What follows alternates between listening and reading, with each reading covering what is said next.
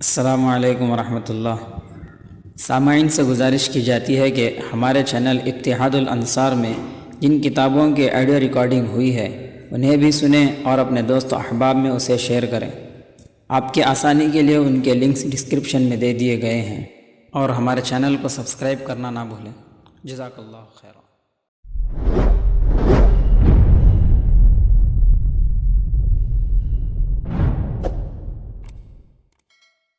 بسم اللہ الرحمن الرحیم۔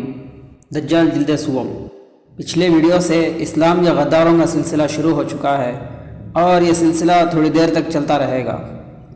مکے کی جنگ۔ بغاوت کا باقاعدہ آغاز مکے سے ہوا۔ جون 1916 عیسوی کے آغاز میں عثمانی فوج اپنے سپہ سالار غالب پاشا، جو کہ حجاز کا گورنر تھا، اس کے ساتھ طائف چلی گئی، جبکہ مکہ شہر میں صرف اور صرف 1400 کے قریب عثمانی مجاہد رہ گئے تھے۔ 10 جون کی ایک گرم رات جب زیادہ تر فوجی اپنے بیرکوں میں سو رہے تھے، شریف مکہ نے اپنے ہاشمیہ محل کی کھڑکی سے فائر کیا۔ یہ بغاوت کے آغاز کا اشارہ یعنی سگنل تھا۔ اس کے ساتھ 5000 اور غدار بھی تھے۔ انہوں نے حرم کی حدود کے قریب موجود 3 قلعوں اور جدہ کے سڑکوں پر موجود قلعہ جیروال بیرسس پر حملہ کر دیا۔ اس اچانک حملے کی وجہ سے اس وقت کے ترک کمانڈر آفیسر کو بغاوت کا پتہ ہی نہ چل سکا۔ شریف مکہ اور عثمانی فوج کے جھنڈے ایک ہی رنگ کے تھے اور ترک کمانڈر کو اس کا فرق نہیں دکھائی دے رہا تھا۔ جب اس نے شریف مکہ کو فون کیا تو اسے بتایا گیا کہ ہتھیار ڈال دو، لیکن اس نے صاف انکار کر دیا۔ شریف کی افواج نے بعد میں پیش قدمی کر کے صفا کی پہاڑی کے قریب اور مسجد الحرام کے برابر جبل ابو قبیس پر قائم ترکی قلعے پر قبضہ کر لیا۔ آج کل اس قلعے کی جگہ انتہائی بلند و بالا عمارت تعمیر کی گئی ہے، جبکہ بیت اللہ کے گرد فلک بوس عمارتوں کی تعمیر قیامت کی نشانیوں میں سے ایک نشانی ہے۔ بغاوت کے تیسرے دن حمیدہ، جو کہ عثمانی حکومت کا دفتر تھا، پر بھی قبضہ کر کے نائب گورنر یعنی ڈپٹی گورنر کو گرفتار کر لیا گیا۔ اب دوبارہ باقی افواج کو ہتھیار ڈالنے کو کہا گیا تو لیکن انہوں نے اس وقت بھی انکار کر دیا۔ اس پر انگریز کمانڈر سر ریگنل ونگیٹ نے 2 گولہ بردار بریگیڈ جدہ شہر کے راستے بھیجی، جس میں وہ مصری آفیسر بھی شامل تھے جن کو اس مقصد کے لیے خاص طور پر تربیت دی گئی تھی۔ ان غداروں نے ترک قلعوں کی دیواریں توڑ دی اور ان کے محافظوں کو شہید کر دیا۔ آخرکار 4 جولائی 1916 عیسوی کو مکہ کو عثمانی فوج سے خالی کروا لیا گیا، جبکہ جدہ کی سڑک پر واقع جیروال بیرک آگ لگنے کی وجہ سے زمین بوس ہو گیا اور وہاں ترک فوج کی سخت مزاحمت کو ختم کر دیا گیا۔ اس سلسلے کا ایک افسوسناک پہلو یہ ہے کہ بہت سے مسلمان ہندوستانی فوجیوں نے بھی انگریز کی اطاعت کرتے ہوئے شریف مکہ کے ساتھ مل کر خلافت عثمانیہ سے بغاوت میں حصہ لیا۔ مثلا خوشاب کے ایک گاؤں میں خنجر خان رہتا تھا، جس کے بارے میں لوگوں سے معلوم ہوا کہ اس نے بھی اس وقت خانہ کعبہ پر گولی چلائی تھی۔ وہ اس وقت انگریزوں کی مرسینری یعنی کرائے کے فوج میں شامل تھا۔ اس کے ساتھ سکھ اور ہندو آفیسر بھی تھے، لیکن انہوں نے گولی چلانے کی بجائے میدان چھوڑنے کو ترجیح دی، جبکہ اس غیرت مند کے ساتھ اور بھی مسلمان فوجیوں نے شریف مکہ کی مدد کی اور حرم پر گولی باری میں باضابطہ حصہ لیا، جس کی تنخواہ اس کو 16 روپے ماہوار ملتی تھی۔ محاصرہ مدینہ۔ عرب بغاوت کا سب سے زیادہ المناک اور دلسوز واقعہ مدینہ منورہ کی جنگ تھی۔ مدینہ منورہ کے ایک طرف تو پہاڑ ہے، جبکہ اس پر بقیہ 3 طرف سے شریف حسین کے 3 بیٹوں کی سرکردگی میں حملہ کیا گیا۔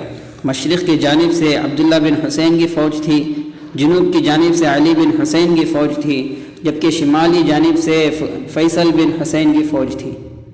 ان کے ساتھ انگریز اور فرانسیسی آفیسروں کے دستے بھی تھے جو ٹیکنیکی مشاورت کے لیے موجود تھے۔ ان میں لارنس آف عربیہ نامی بدنام زمانہ جاسوس بھی شامل تھا۔ محاصرہ مدینہ 1916 عیسوی میں شروع ہوا، جبکہ 1919 عیسوی کے اوائل تک جاری رہا۔ اس کی ایک وجہ تو عثمانی مجاہدین کی زبردست مزاحمت تھی، دوسری وجہ یہ تھی کہ انگریز نے شریف مکہ کو مدینہ میں داخل ہونے سے منع کر دیا تھا، کیونکہ مسلمانوں خصوصاً ہندوستان میں انگریز کے خلاف تحریک خلافت شروع ہو چکی تھی۔ اس کے علاوہ اس طرح سے شریف مکہ کے بارے میں منفی تصویر کشی سے بھی اجتناب کیا گیا۔ اس کے بجائے فرنگی دجال نے حجاز ریلوے لائن کے ذریعے کارروائیاں کی اور اس کو بار بار اڑایا گیا۔ جب ترک افواج اس کی مرمت کے لیے آتے تو ان پر حملہ کیا جاتا۔ اس لائن کی دفاع اور تعمیر میں بہت بڑی تعداد میں ترک فوجی شہید یا گرفتار ہوئے۔ مدینہ شہر کا دفاع مشہور عثمانی سپہ سالار فخری پاشا کے زیر نگرانی تھا۔ یہ ایسا غیرت مند شخص تھا کہ اس نے جنگ عظیم اول کے اختتام پر بھی ہتھیار نہیں ڈالے۔ آخر میں جب عثمانی خلیفہ نے بہت اصرار کیا تو بڑی مشکلوں سے اس نے ہتھیار ڈالے۔ اس کی داستان انتہائی ایمان افروز ہے۔ جب 30 اکتوبر 1918 عیسوی میں ترکی اور انگریز افواج کے درمیان مدروس کا معاہدہ طے پایا گیا تو اسے ہتھیار ڈالنے کا کہا گیا، لیکن اس نے اس معاہدے کو تسلیم کرنے سے انکار کر دیا۔ یہ شخص انتہائی دلیر اور صاحب ایمان تھا۔ مدینہ منورہ کے باسی اس کی بہادری اور حسن انتظام کی بنا پر اسے بہت پسند کرتے تھے۔ ایک ترک مصنف لکھتا ہے، ایک مرتبہ 1918 عیسوی کے موسم بہار میں جمعہ کے دن فخری پاشا مسجد نبوی میں نماز کی امامت سے پہلے خطبہ دینے کے لیے ممبر کی سیڑھیوں پر چڑھنے لگا تو آدھے ہی راستے میں رک گیا اور اپنا چہرہ حضور صلی اللہ علیہ وسلم کے روضے کی طرف کرتے ہوئے بلند آواز میں کہنے لگا، اے اللہ کے رسول، میں آپ کو کبھی نہیں چھوڑوں گا۔ اس کے بعد اس نے نمازیوں اور مجاہدین سے ولولہ انگیز خطاب کیا، مسلمانوں، میں تم سے حضور صلی اللہ علیہ وسلم کا نام لے کر جہاد کی اپیل کرتا ہوں، جو اس وقت میرے گواہ بھی ہیں۔ میں تمہیں یہ حکم دیتا ہوں کہ دشمن کی طاقت کی پرواہ نہ کرتے ہوئے ان کا اور ان کے شہر کا آخری گولی تک دفاع کرو۔ اللہ تعالی ہمارا حامی و ناصر ہو اور حضور صلی اللہ علیہ وسلم کی برکت ہمارے ساتھ ہو۔ ترک افواج کے بہادر افسروں، اے چھوٹے محمدیوں، آگے بڑھو اور میرے ساتھ مل کر اللہ اور اس کے رسول کے سامنے وعدہ کرو کہ ہم اپنے ایمان کی حفاظت اپنی زندگیاں لٹا کر کریں گے۔ اس کے بعد فخری پاشا نے کہا کہ اسے خواب میں حضور صلی اللہ علیہ وسلم کی زیارت نصیب ہوئی تھی اور حضور نے اسے حکم دیا تھا کہ وہ ابھی ہتھیار نہ ڈالے۔ اگست کے مہینے 1918 عیسوی میں جب اسے شریف مکہ کی طرف سے ٹیلی فون پر ہتھیار ڈالنے کو کہا گیا تو اس نے جو جواب دیا وہ عثمانی افواج کے کمانڈروں کی جرت ایمانی اور اللہ و رسول صلی اللہ علیہ وسلم سے شدید محبت کا آئینہ دار ہے۔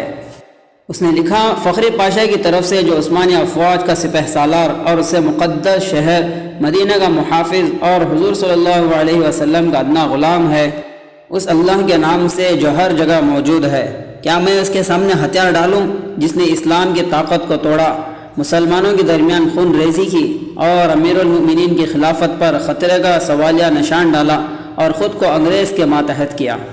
جمعرات کی رات 14 ذی الحجہ کو میں نے خواب میں دیکھا کہ میں تھکا ہوا پیدل چل رہا تھا، اس خیال میں کہ کس طرح مدینہ کا دفاع کیا جائے۔ اچانک میں نے ایک جگہ پر اپنے آپ کو نامعلوم افراد کے درمیان پایا جو کہ کام کر رہے تھے۔ پھر ان میں سے میں ایک بزرگ شخصیت کو دیکھا، وہ حضور صلی اللہ علیہ وسلم تھے۔ ان پر اللہ تعالیٰ کی رحمت ہو، انہوں نے اپنا بایاں ہاتھ میری پیٹھ پر رکھا اور مجھ سے تحفظ کا احساس دلانے والے انداز میں کہا، میرے ساتھ چلو۔ میں ان کے ساتھ 3-4 قدموں تک چلا اور پھر بیدار ہو گیا۔ میں فوراً مسجد نبوی گیا اور حضور صلی اللہ علیہ وسلم کے روضے کے قریب اپنے رب کے حضور سجدے میں گر پڑا اور اللہ کا شکر ادا کیا۔ اب میں حضور صلی اللہ علیہ وسلم کی پناہ میں ہوں جو میرے سپہ سالار اعلیٰ ہیں۔ میں مدینے کی عمارتوں، سڑکوں اور اس کی حدود کی دفاع میں دل و جان سے مصروف ہوں۔ اب مجھے ان بیکار پیش کشوں سے تنگ نہ کرو۔ فخری پاشا نے خلافت عثمانیہ کے وزیر جنگ کے باضابطہ حکم کو، جس میں ہتھیار ڈالنے کو کہا گیا تھا، بھی نظر انداز کر دیا۔ اس پر عثمانی حکومت بڑی پریشان ہوئی اور سلطان محمد ششم نے اس کو اس کے عہدے سے برطرف کر دیا۔ فخری پاشا نے اس پر بھی ہتھیار نہ ڈالے اور جنگ ختم ہونے کے 70 دن بعد تک بھی سلطان کا جھنڈا اٹھائے ہوئے تھا۔ اس پر ہر طرف سے دباؤ پڑ رہا تھا، لیکن وہ اپنے عزم اور عہد پر قائم تھے۔ بالآخر عثمانی خلیفہ کی من سماجت کے بعد اس نے 9 جنوری 1919 عیسوی کو بیر درویش کے مقام پر 456 آفیسروں اور 9300 64 جوانوں کے ساتھ نہ چاہتے ہوئے ہتھیار سپرد کر دیے۔ اس کے بعد ہی 2 فروری 1919 عیسوی کو شریف حسین کے ایمان فروش لڑکے عبداللہ اور علی شہر میں داخل ہو سکے۔ فخری پاشا کو گرفتار کر لیا گیا اور اس نے مالٹا میں 1921 عیسوی تک اسیری کے ایام گزارے۔ عثمانی خلفاء کے نزدیک اس کی صلاحیتوں پر اعتماد اور اس کے جذبہ جہاد کا اندازہ اس بات سے ہوتا ہے کہ 1921 عیسوی میں جب اسے رہائی ملی تو اس نے ترک افواج کے ساتھ مل کر یونان کے خلاف جہاد کیا اور اناطولیہ میں فرانسیسی اور یونانی افواج کے خلاف داد شجاعت دی۔